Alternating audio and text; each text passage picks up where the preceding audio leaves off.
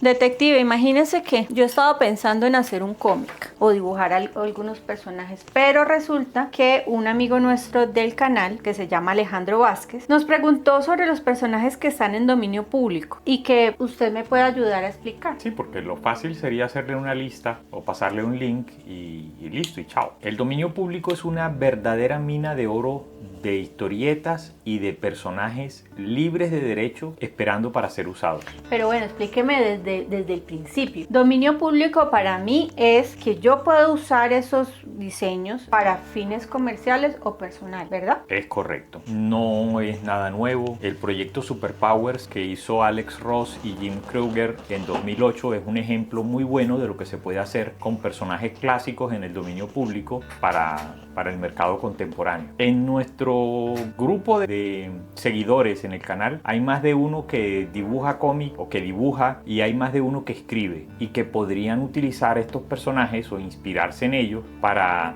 hacer sus propias obras.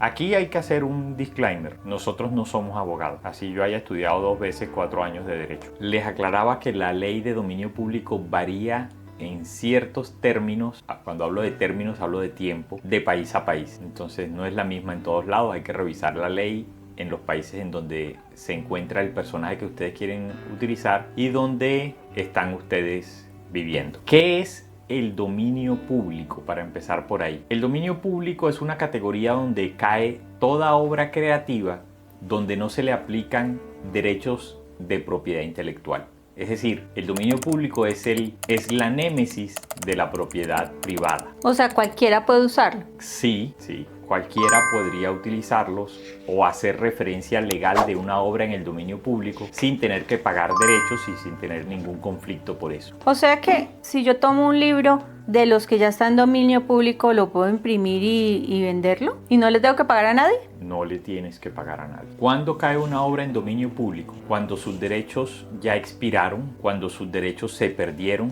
cuando se renunció expresamente a esos derechos o cuando esos derechos son inaplicables. La forma más conocida es cuando esos derechos han expirado. Como ejemplo les hablo de las obras de William Shakespeare, de Ludwig van Beethoven, de Miguel de Cervantes Saavedra, de Zoroastro, de Confucio, de Aristóteles, de Leonardo da Vinci. Todas esas son obras de dominio público porque se hicieron mucho antes de que existieran los derechos de autor o porque sus derechos ya expiraron. ¿Porque ya están muy viejos? Correcto. Los derechos varían de país en país y la jurisdicción de una obra puede estar sujeta a derechos en un país pero ser de dominio público en otro país. Algunos derechos dependen del registro de cada país y la ausencia del registro en un país en particular puede dar lugar a que esa obra esté en ese país en el dominio público. O sea, yo vivo en Colombia y resulta que en Colombia no es libre de derechos, pero en Estados Unidos sí. Entonces puedes usarla en Estados Unidos. Ay, pero qué complicado. ¿Y dónde mira uno eso? Hay que mirar el registro de dominio de la obra donde se creó la obra y qué dice la ley de dominio público en el país donde la quieres usar. Hay que mirar los 2 países. Bueno, ¿y cuántos años necesito entonces para saber? Depende de lo que estemos hablando. Ya dijimos que si es un libro, puedes imprimirlo y comercializarlo sin tener que pagarle a nadie. Si es música, tenemos que meterlo en 2 categorías: si es composición o si es interpretación musical. Composición es la creación de la obra, es decir, escribió una partitura sobre una obra musical. Puede haber escrito una melodía, la letra de una canción, etc. La segunda categoría, interpretación, es una grabación de un artista por una canción. Puede ser un CD, puede ser un LP, puede ser un archivo de sonido digital. Las composiciones se rigen de la misma manera que las obras escritas, de la misma manera como se rigen los libros. Es decir, todo lo que se haya publicado antes de 1925 es de dominio público. Las grabaciones sonoras tienen una ley diferente. Pero muchas veces es que ahí es donde está la trampa. O sea, resulta que hay una canción y es de 1924. Ya se supone que está libre de derechos. Pero resulta que un artista coge la cosa con permiso y graba su versión. ¿Vuelve y empieza el conteo? No. Tú puedes utilizar la versión original, que fue de antes de 1925, Pero si quieres utilizar la versión de ese artista, tienes que esperar hasta que los derechos de ese artista expiren o pagarle al artista. El solo hecho de que él la haya cantado ya significa que le hizo una modificación a esa obra, porque no está la obra original, está su interpretación. Si yo quiero utilizar la música de Old MacDonald, que ya es de dominio público, Old MacDonald has a farm, E-I-E-I-O, es de dominio público, puedo hacerlo. Pero si quiero utilizar una grabación de Julio Iglesias cantando Old MacDonald, no puedo hacerlo. ¿Qué puedo hacer si quiero usar la de Julio Iglesias? Hay que esperar 70 años después de la muerte de Julio Iglesias para que esa grabación quede libre de derechos. ¿Quién determinó esos tiempos? La ley de dominio público existe en distintos países, pero para ponerse de acuerdo esos países firmaron el Convenio de Berna de 1886. Sin embargo, el plazo de conservación de los derechos de dominio público varía de país en país. En la mayoría de países son 70 años, pero en algunos países son 50 y en otros hasta 90. 90, 70 o 50 años después de la muerte del autor. ¿Tienes algún ejemplo? Sí, Robert Howard murió muy joven en 1936. Por ende, los relatos de Conan, el Cimerio, quedaron libres de derecho el 1 de enero del 2006. Todos los relatos de Conan quedaron libres de derecho.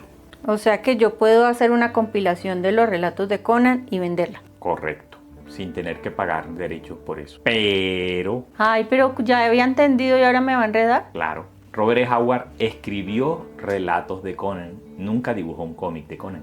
El diseño del personaje de Conan de Robert Howard no es de Robert Howard, es de Barry Windsor Smith, que estaba trabajando para Marvel Comics. Por lo tanto, aún está vigente porque Barry Windsor Smith, primero, no ha muerto, y segundo, esos derechos los pagó Marvel Comics porque le pagaba el sueldo a Barry Windsor Smith.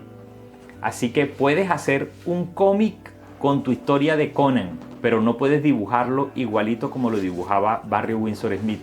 Puedes dibujarlo como tú quieras dibujarlo. ¿Y puedo usar el nombre Conan? Allí viene otro pero y otra gran trampa. ¡Ay, no! Es la trampa de la marca registrada. Además de los derechos de autor que quedan libres cuando una obra cae en el dominio público, hay muchos elementos de un producto que se pueden registrar como marca. El registro de marca no vence mientras se esté usando el producto, y una vez que dejo de usarlo sigue vigente durante 10 años si yo sigo pagando el registro, y se puede extender eternamente. Lo importante es que cada 10 años yo pague el registro de la marca, así no la esté usando. O sea, yo puedo dibujar un cómic basado en las historias de Conan que no se parezca a Conan y que no use la marca registrada Conan. Que no se parezca al diseño de Conan de Marvel, pero sí puedes utilizar la descripción de Conan que sale en los libros. Lo que no debe parecerse es al diseño de Conan de Marvel. Pero puedo llamarlo el bárbaro, no perfectamente Conan. Ojo que el registro de marca se hace en cada país. O sea que hay países donde la marca puede no estar registrada. Y ahí podrías ponerle el nombre que tú quisieras, incluso Conan. Eso es mejor curarse en salud y no usarlo. De acuerdo. ¿Qué se puede proteger como marca? El nombre de la empresa. Marvel, DC, Dark Horse Comics. Además de eso, puedes proteger como marca el nombre del personaje. X-Men, Superman, Iron Man, Hulk, Capitán América, Green Lantern, Conan. O sea que eso fue lo que pasó con el Hombre Increíble. Exactamente. Cuando Marvel lanzó su serie El Hombre Increíble en Latinoamérica, en Estados Unidos se llamaba The Incredible Hulk, protagonizada por Bill Bixby y Lou Ferrigno. Ellos demandaron a Promotora K, dueña de Calimán, El Hombre Increíble, por el derecho a la exclusividad del título El Hombre Increíble. El juicio lo ganó Promotora K por antigüedad, primero en el tiempo, primero en el derecho. Demostró que ellos habían utilizado el título El Hombre Increíble mucho antes de que Hulk intentara utilizar el mismo título. Como venganza, Promotora K hizo una serie de portadas donde Calimán se enfrenta a algunos héroes y villanos de Marvel, solo en la portada, como una burla para demostrar que Calimán es el Hombre Increíble y que podía vencerlo. Pero en ese caso, ¿podían usar los personajes sin problema o hicieron una versión similar? Hicieron una versión similar. También se pueden registrar como marca el nombre del grupo de superhéroes. Los Vengadores, los Guardianes de la Galaxia, los Eternals, la Liga de la Justicia, pueden ser nombres como marca registrada. Se puede registrar como marca el logo de cada personaje, incluso el diseño del personaje en sí. Es tal el alcance de la ley de marca registrada que la palabra superhero está registrada en Estados Unidos. Es propiedad de Marvel y DC Comics y ninguna otra editorial puede utilizar esa palabra.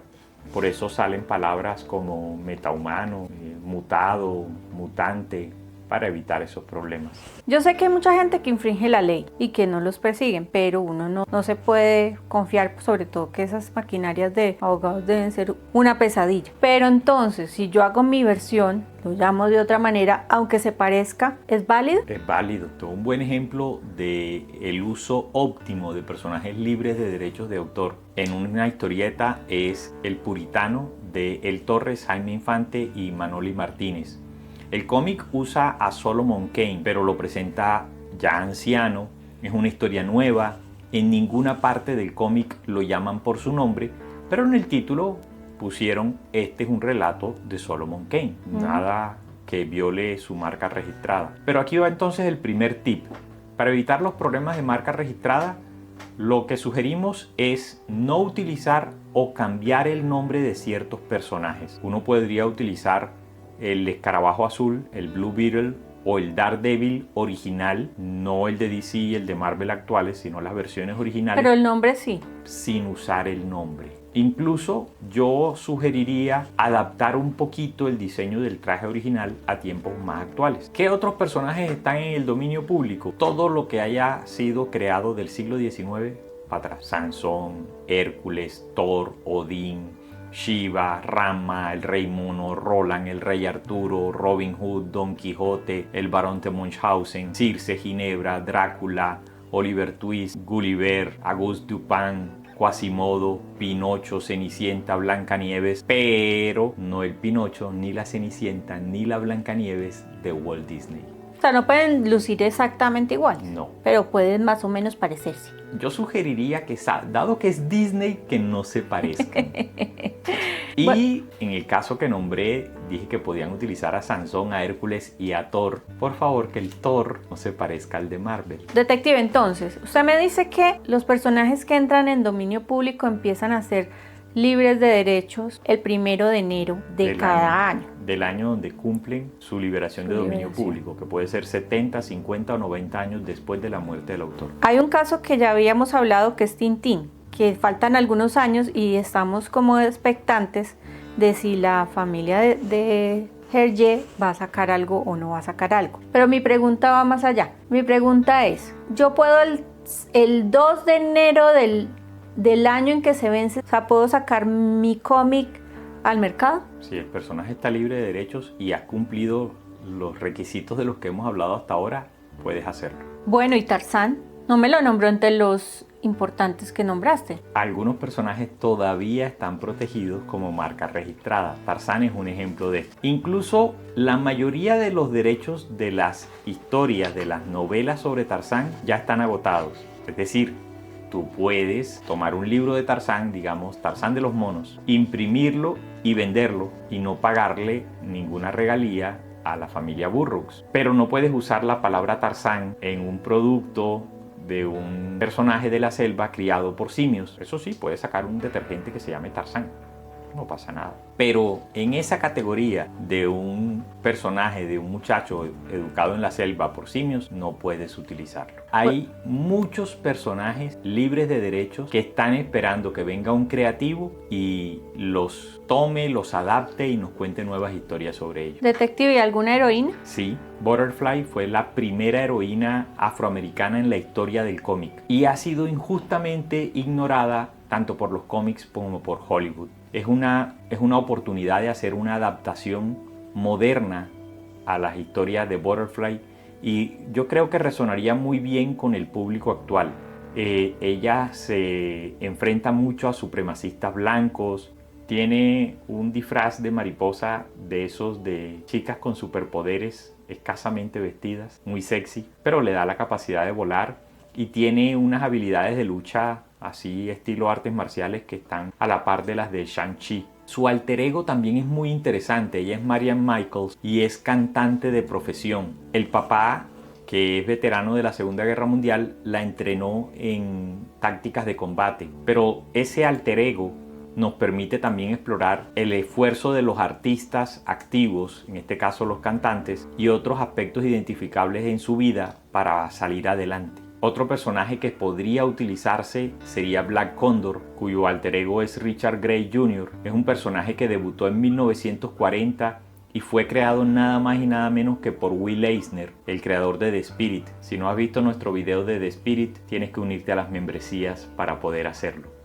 Tenemos un muy buen contenido exclusivo para los ayudantes de Sherlock. Si tienes la posibilidad, únete a nuestras membresías. Black Condor aprende a volar con un arnés imitando el vuelo de los cóndores. Una versión de este personaje podría convertirlo en un superhéroe nativo americano, así como Latinoamérica tuvo su águila solitaria, alguien capaz de invocar la capacidad de volar y además de eso tiene fuerza sobrehumana otorgada por los espíritus de la tribu a la que pertenece. Además, una adaptación moderna de Black Condor podría enfocarse en los problemas que enfrentan las comunidades nativas el día de hoy. Detective, pero todos son buenos. Ese es uno de los aspectos interesantes. La edad de oro de los cómics tenía una variedad mucho más amplia de la de hoy en día. Master Mystic, por ejemplo, debutó en Green Giant Comics número 1 en 1940. No sabemos quién lo creó. Este superhéroe místico nos ofrece un lienzo maravilloso para explorar las posibilidades porque no es perfectamente bueno. Tiene unas habilidades muy establecidas que es que le permiten manipular la materia a voluntad para convertir los objetos en lo que él quiera. Y si ustedes tuvieran ese poder, ¿para qué lo utilizarían? Por supuesto, uno convertiría cualquier objeto sin valor y sin importancia en oro, en diamantes, en esmeraldas, en vestido, en ropa a la moda, en zapatos. Podrían tomar su vehículo y convertirlo en un vehículo último modelo. Este personaje explora precisamente esa posibilidad, esa naturaleza egoísta, por lo que una historia sobre un héroe con superpoderes que los utiliza además de para hacer el bien, para obtener ganancias, sería muy interesante. Y no, Homelander no cuenta porque no es un héroe, es un tipo malo. Amazing Man debutó en Amazing Man Comics número 5 de 1939 y fue creado nada más y nada menos que por Bill Everett, el co-creador de Namor y de Daredevil. El alter ego de Amazing Man es John Aman y es un sujeto a quien monjes tibetanos lo entrenaron para convertirse en el guerrero perfecto. Yo no sé qué tanto pueden entrenar para convertirte en guerrero unos monjes tibetanos, pero aquí sí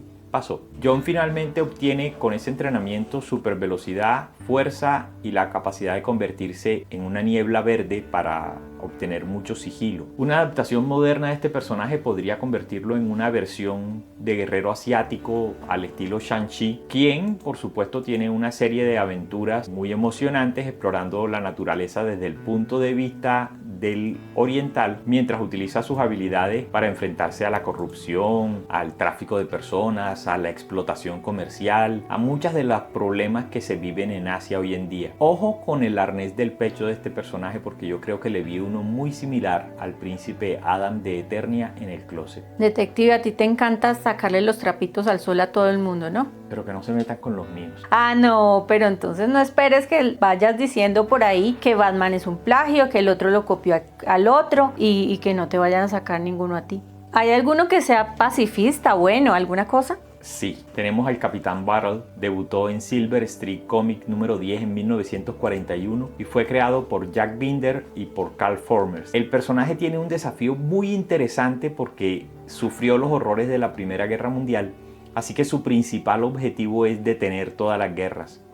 Para lograr esto, él entrena su mente y su cuerpo y se vuelve increíblemente inteligente y empieza a crear una serie de dispositivos para sabotear los planes bélicos a lo largo de la historia. Capitán Battle es muy bueno como antología para explorar enfoques imaginativos que pudieran detener o poner en riesgo los peores conflictos armados de la historia. Algo así como lo que hizo Tarantino con Bastardos sin Gloria. Bueno, pero ya ha nombrado muchísimos hombres. Otra mujer, este es uno de mis favoritos. Miss Fury es una chica de sociedad adinerada llamada Marla Drake. El personaje fue presentado en la tira de periódico Black Fury de 1941 y fue creada por John Tarp Mills. Ella era básicamente un Batman mujer, rica, entrenada en artes marciales, experta en acrobacias tipo felinas. Miss Fury depende de dispositivos de alta tecnología para ayudarse en su lucha contra el crimen, y aunque han intentado hacerla resurgir en el cómic más de una vez, el personaje sigue esperando una muy buena explotación. Una adaptación actual de Miss Fury podría crear una historia más empática con las superheroínas, ya que muchas veces ella resuelve las cosas por perspicacia e inteligencia, sin necesidad de ponerse el traje de superhéroe y de utilizar los gadgets. Un ejemplo donde la astucia suele vencer a la fuerza. ¿Le haría mucho bien a Batman rodearse de alguien así? Yo creo que sería un aire fresco a esos superhéroes que golpean primero y piensan después. Me encanta que ella solo se pone el traje si es estrictamente necesario. Spirit Malcolm, por ejemplo, es otro héroe con visiones atormentadas sobre el futuro. Eso lo lleva a crear una tecnología avanzada para combatir el crimen en el presente. Su superpoder es muy similar al de Forge de los X-Men. Él puede crear cualquier dispositivo que pueda imaginar. Spirit Man debutó en Silver Street Comics número 1 en 1939. Una adaptación de este personaje podría tomar esa ruta narrativa y hacer que interrumpa los planes de los malhechores utilizando dispositivos para mostrarles las consecuencias de sus acciones. Como él puede ver el futuro, entonces él los detiene con los aparatos que construye o les muestra lo que va a ocurrir. Los sueños además pueden plagar su camino, mostrarle el camino, y pueden provenir de fuerzas superiores de inteligencia empeñadas en ayudar a la humanidad, ya sea extraterrestres, dioses, espíritus, lo que sea. Bueno, y alguno que sea como de ciencia, como que le guste la ciencia, no sé, así como Flash que es científico. Hay muchos. Blackout, por ejemplo, debutó como personaje secundario en Captain Battle número 1 en 1941.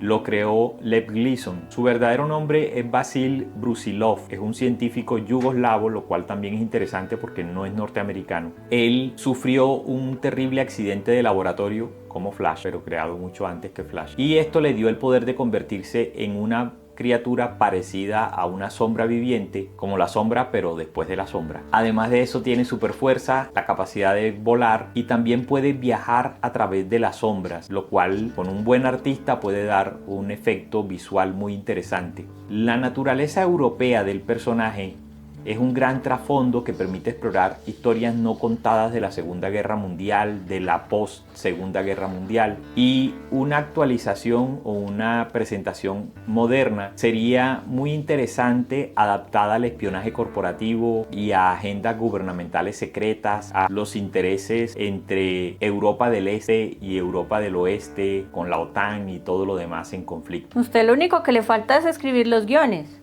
Ganas no me faltan. Otro buen personaje sería el Ahorcado, quizá el personaje más oscuro de nuestra lista. Él es Bob Dickering, el hermano de un superhéroe llamado Comet, que era John Dickering. Surge de un tiroteo en el que Comet muere tratando de salvar a su hermano Bob. Después de que se revela la identidad secreta, Bob jura convertirse no en un héroe, sino en un verdugo frente a los criminales. Es una premisa muy similar a la de Punisher y a la de la Bestia Roja. Si no has visto nuestro video de la Bestia Roja, te dejamos un enlace por aquí arriba y otro en la descripción de este video. En estas motivaciones no hay altruismo, solamente la sed de venganza. Una versión moderna podría darle un giro más oscuro, con el personaje convertido en un asesino serial que caza criminales mientras explora su lucha interior por ser también un criminal. ¿Tan malo como Torpedo? No, no tan malo. Yo lo veo más como Dexter de la serie de televisión. Otra heroína muy interesante que no ha sido explotada hace rato es Moon Girl. Ha permanecido en el dominio público durante años sin que nadie se dé cuenta del potencial increíble para la construcción de mundos que tiene el personaje. Con algunos giros y con algunos guiños podría convertirse en un espectáculo de antología para todas las edades. La princesa Moon es criada en el reino de Samarcanda y allí se convierte en la mejor luchadora del reino y promete no casarse hasta encontrar a un hombre que demuestre ser un guerrero superior superior a ella. Ella desaparece del reino y parte en búsqueda del príncipe Mengu,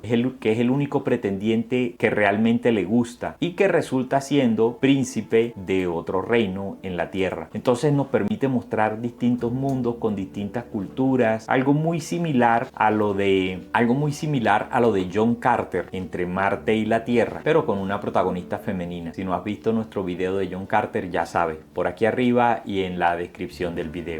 Nelvana. Gracias a la reducción del comercio entre Estados Unidos y Canadá, Canadá también tuvo su industria del cómic, aunque no duró mucho. A principios de la década del 40 empezaron a surgir títulos y una de las creaciones más interesantes fue Nelvana de la Luz del Norte. Nelvana nace como hija del dios Inuit Koliak y de una mujer mortal. La exilian de su hogar, lucha contra varios enemigos en el Ártico, tiene poderes de vuelo, de telepatía, de generación de calor. Sus historias son un gran ejemplo de lo extrañas que eran algunas historias en la Edad de Oro. Tiene enemigos como los hombres mamut, situaciones en las cuales la aurora boreal magnetiza y activa bombas humanas. Lamentablemente, al ser el primer superhéroe creado de las primeras naciones, Nelvana no ha aparecido desde 1947. Y eso que Marvel Comics creó el personaje de Snowbird como un homenaje a Nelvana, pero nadie ha hecho ningún esfuerzo para traerse a este personaje interesante y oscuro. Oye, pero muy interesante sería poder hablar de estos personajes ya como en un contexto de los héroes realmente olvidados, porque que nadie sabe de ellos. Cierto, y son muchísimos los que están olvidados. Bueno, yo creo que vale la pena hacer un video. Detective, pero entonces todos son norteamericanos. No, la mayoría, pero hay muy buenos ejemplos de otros que no lo son. El Kuran, por ejemplo, es una de esas excepciones, es un héroe egipcio y además de eso es un héroe que encarna el arquetipo del jinete enmascarado. Lo creó una pequeña editorial norteamericana llamado Rural House en 1945. El verdadero nombre del Kuran es Jahan, jefe del pueblo Santar. Solo tuvo una aparición y allí se enfrentó a un noble egipcio que le estaba robando las tierras a su pueblo. Es realmente decepcionante que no haya aparecido en otras historias o en otras historietas, a pesar de que es bastante convincente. Un héroe sin poderes, que monta en su caballo hacia el atardecer, armado con armas normales. Además de eso, uno de los pocos héroes de Medio Oriente creado en las historietas norteamericanas y enfocado en un periodo apenas cubierto por los medios occidentales. Pero bueno, ¿y no hay ninguno que se parezca a Superman? Bueno, hay muchos superhéroes cuya personalidad secreta es un periodista.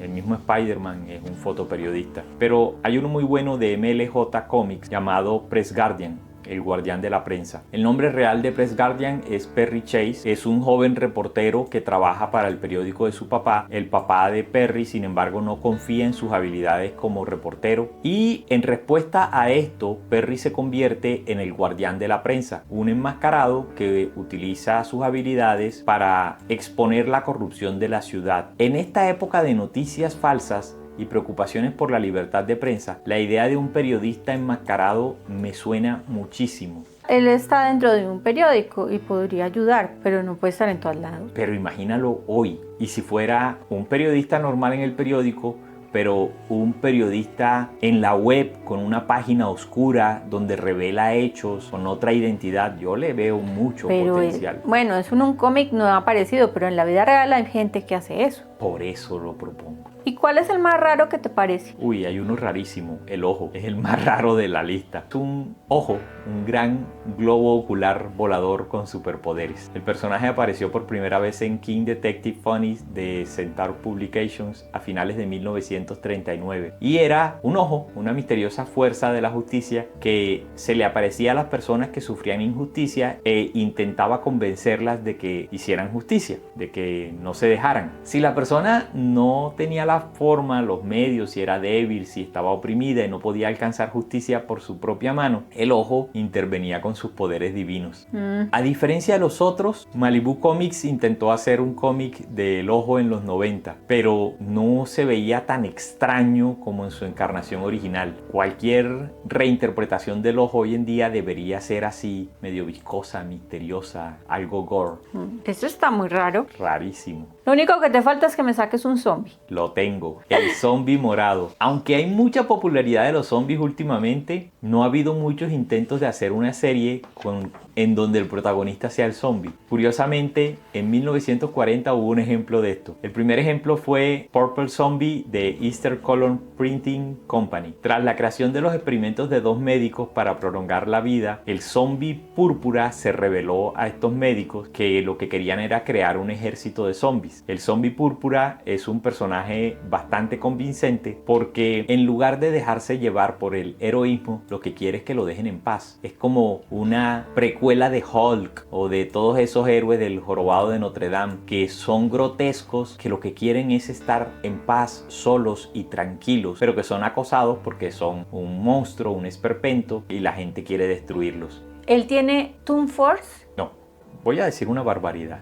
Todos los superpoderes son poco realistas, pero de alguna manera se intenta dar una explicación a sus superpoderes. Los superpoderes de Superman son poco realistas, pero se intenta explicar que es que viene de Krypton y que la luz roja de su planeta natal lo hace celularmente diferente y que la luz amarilla de nuestro planeta le otorga esos poderes. Si ven, hay una explicación, pero no hay una explicación lógica a muchos de los poderes de Popeye. O sea, Popeye agarra a un fantasma por el cuello y lo levanta a puño y el fantasma queda dolorido.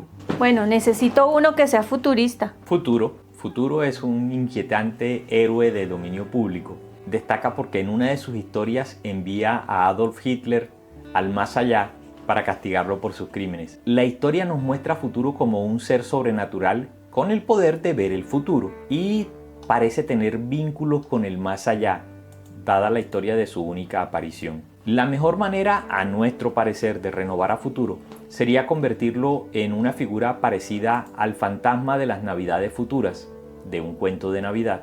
Por ejemplo, pónganlo a que intente convencer a los villanos históricos que cambien su rumbo, mostrándoles su destino final. Haría un cómic histórico muy interesante. O sea que podemos decir que Superman es de los primeros, ¿no? Sí, Superman. ¿Pero ya está de dominio? No, pero dale tiempo.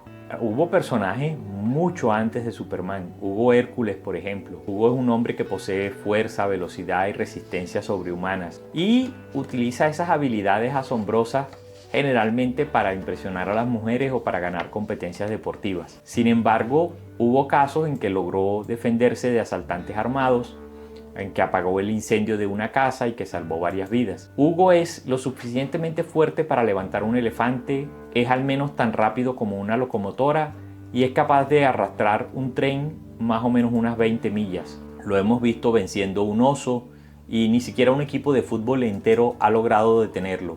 Su eslogan era igual de fácil para todo lo que hacía. Aunque su carrera duró poco, Hugo fue posiblemente el primer personaje del cómic en demostrar fuerza y velocidad sobrehumanas y en utilizar esas habilidades de una manera heroica. A mí me encanta cuando hablamos de los plagios. ¿Tú crees que tuvo alguna incidencia en la creación de Superman? Esa es una pregunta venenosa. Yo no creo que Hugo Hércules haya influenciado la creación de Superman. Creo que Superman está influenciado por la novela Gladiator de Philip Wiley, pero el héroe de Philip Wiley es Hugo Danner. Y yo sí creo que Hugo Danner tomó mucha influencia de Hugo Hércules. Así que de alguna manera, Hugo Hércules vendría siendo como el bisabuelo de Superman. Fantoma, la mujer misteriosa de la selva.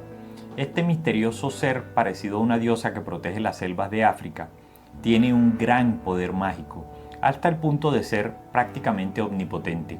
Y puede transformarse en una aterradora criatura fantasma esqueleto azul, así como en una calavera flotante de cabello rubio. Fantoma a menudo utilizaba sus poderes mágicos para sentenciar a sus enemigos y castigarlos de forma extraña y brutal. Es interesante que Fantoma fue la primera o tal vez la segunda superheroína de los cómics, muchísimo antes de Wonder Woman. Por último, pero no menos importante, mi favorito, el Nyctálope. Leo St. Clair es uno de los primeros héroes con superpoderes del mundo. Tenía visión nocturna, iris que cambiaban de colores en sus ojos y un corazón artificial que le daba un excelente estado físico sin importar su esfuerzo. ¿Y eso no se parece como a lo que tiene Iron Man? Sí, ese corazón, mucho. Si ves, es que este es como el tatarabuelo. Perfectamente el tatarabuelo, pero bueno, digamos que es una coincidencia. Ay, sí, hay 50.000 coincidencias en los cómics. Ni que Nyctalope hubiera fundado una organización para combatir el crimen. Bueno, él fundó el Comité de la Información y Defensa. ¿Y era rico?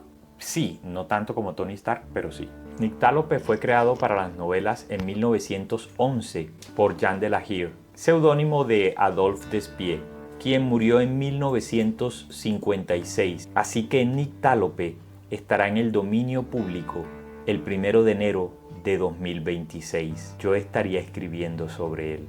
La mayoría de estos personajes han sido olvidados en el tiempo, pero hay mucho potencial sin explotar para revitalizar una industria rezagada con personajes antiguos a los que se les ha dado una nueva mirada. Las empresas o los individuos no poseen a estos personajes, se encuentran en estos momentos o muy pronto en el dominio público.